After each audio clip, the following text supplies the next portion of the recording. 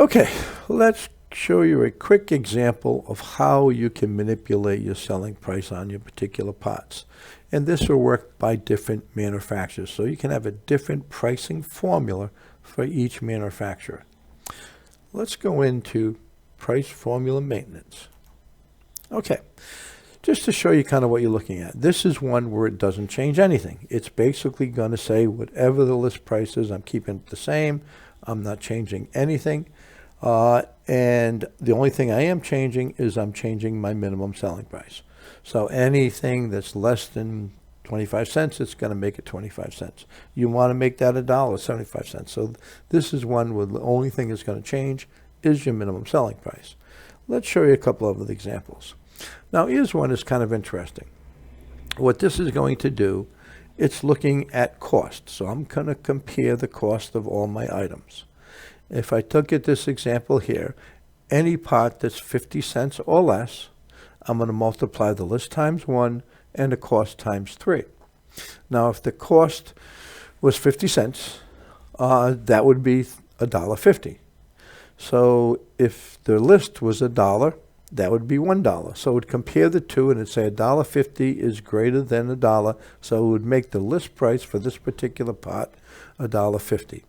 So for any part that's 50 cents or less, it's going to up it to whatever this is, unless the list is higher. So we're going to take whatever's higher.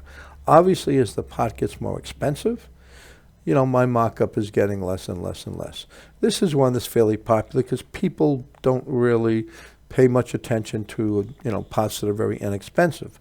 But notice what's going on here. If I go down here, at anything that is above $200, so if it's $200 to everything, it's going to actually take 10% off the list, but I want at least 30% profit. So what this dealer is actually saying, hey, look, I can afford on an expensive pot, and there again, it's looking at cost, so we're probably looking at a retail more like $400.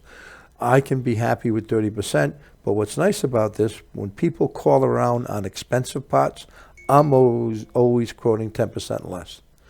So there again, that's just some of the options you can do. Now here's another one here where it's strictly looking at list. And it's rounding up to the nearest nickel.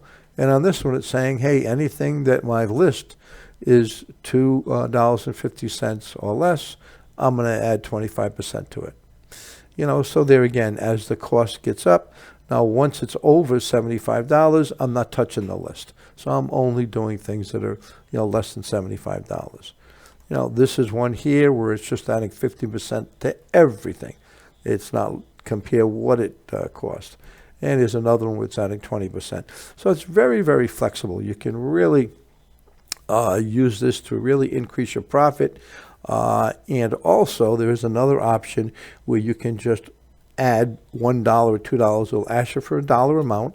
And you can say, I just want to add $2 to the list price of every pot. $1. There again, it doesn't sound like a lot, but at the end of the year, it could add up to thousands of dollars. So get more information. Give us a call. We can actually go over this extensively. And there again, each one of these has a number. And the way you set that up, you'd go into vendor maintenance. And let's just say we're going to do Yamaha. And you could key in the number, or I can just click right here and say, okay, what formula do I want to use? Okay, I want to use this one here. So I'm going to use number 2 for Yamaha. Okay, so now that's going to be using number 2. And now you're instantly going to be able to increase your profit. Okay, have any questions, just give us a call. Have a great day.